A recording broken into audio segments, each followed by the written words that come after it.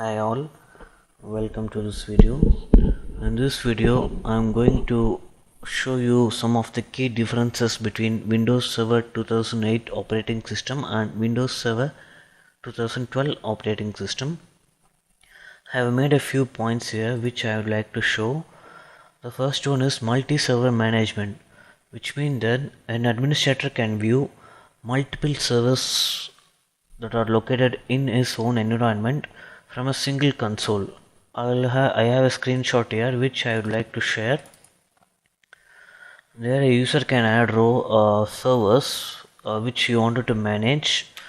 Currently I have only one server here. Suppose if you have more than 2 or 3 servers, you can add it here and those servers will be shown here. You can click any one server which you would like to manage and right clicking on it will show different options and you can manage that server sitting in one place. And the second difference is related to clustering. Remember in Windows Server 2008 R2 it supports up to 16 nodes, whereas in 2012 server it supports up to 64 nodes. A node here refers to a single server. So you can imagine that Windows Server 2012 can support up to 64 servers in a clustered environment and also up to 4000 virtual machines, which was not in the case for Windows Server 2008. And another important differences in the clustering environment is that Microsoft has introduced cluster aware updating, which means that when you add or delete a cluster, it will be automatically updated, which was not in the case for 2008 server. In 2008 server, you have to manually update whenever you add or remove a cluster, but in 2012 server, the cluster aware updating concept makes your work easy. And the next thing is virtual application monitoring, which means that if you are using a Hyper-V environment, you can monitor your application. In other words, you can monitor your virtual machine for its CPU usage, disk-based monitoring, or any critical events. And the third one is iSCSI Software Target, which was a downloadable software for Windows Server 2008, and in 2012 server Microsoft has included it as a built-in package. You don't need to download. And the third important difference is that Microsoft uses as a file system called REFS, which is Resilient File System. It's quite a different from NTFS, which is New Technology File System, which was used as a file system in Microsoft's earlier operating system.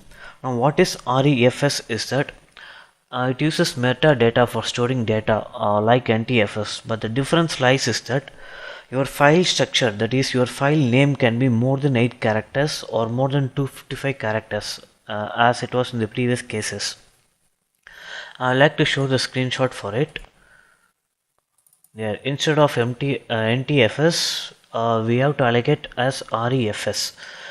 Now the difference lies here is that in NTFS, suppose if the disk gets corrupted, we will run a utility called checkdisk. Now that utility has been removed in REFS.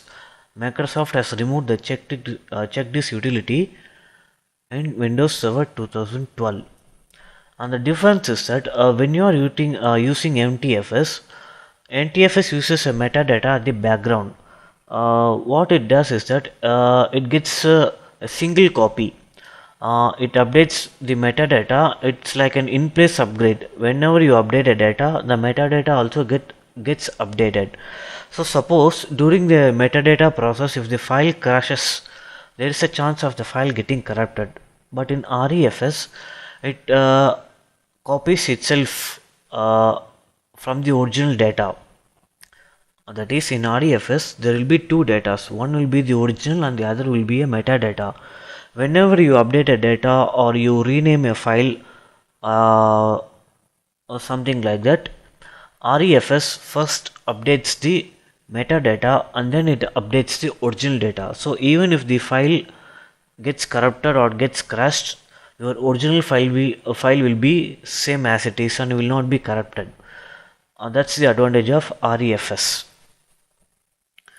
And the next big difference is that Microsoft has introduced virtualized domain controller cloning, which means that Microsoft uses an ID called as SID, which is security identifier, to identify each of the operating system, which is nothing but a unique number will be allocated to each operating system.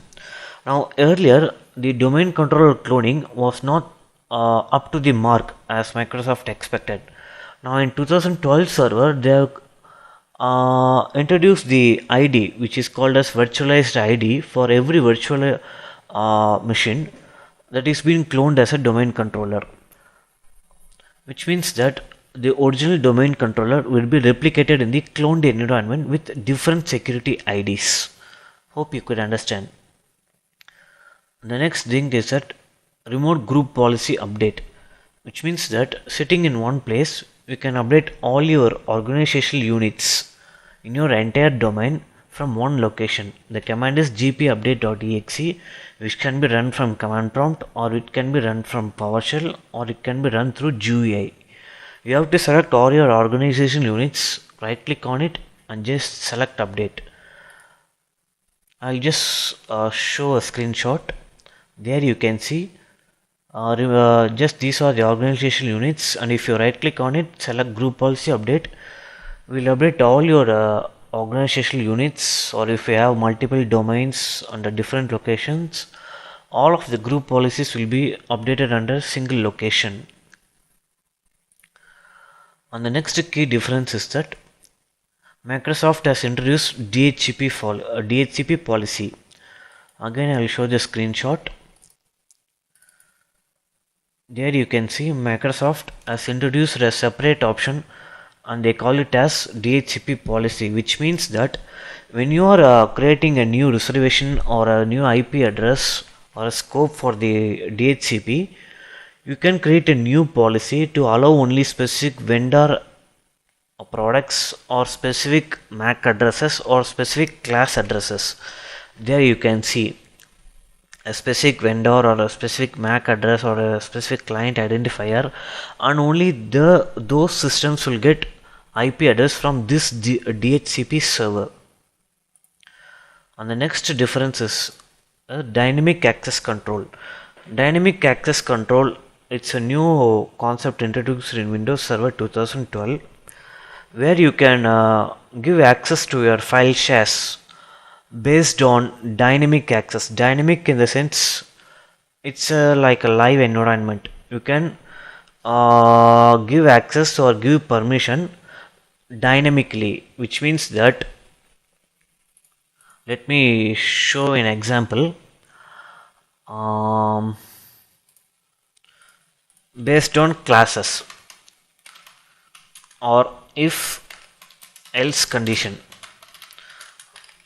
Now suppose you have a group called HR, which is your human resources department, and there are some users called as 1, 2 or 3. Now you can, in dynamic access control, you can set permission saying this: if in HR department the user is 1, this file gets access. I am just giving an example to make you understand the concept. Now this scenario is called as dynamic access. Also, if I am setting permission for the HR group, I can set permissions in server or other technological devices like their cell phones or mobile phones, which means that if user 1 uses system, give access. If he uses mobile, don't give access. Again I am mentioning it's just an example, these are not the real concepts. I am just telling these examples to make you understand. The overall scenario is called as dynamic access. Of course it's a big topic, I just want you to give the differences. This is my first tutorial using the microphone. Hope you enjoyed it and share your experiences. Thank you.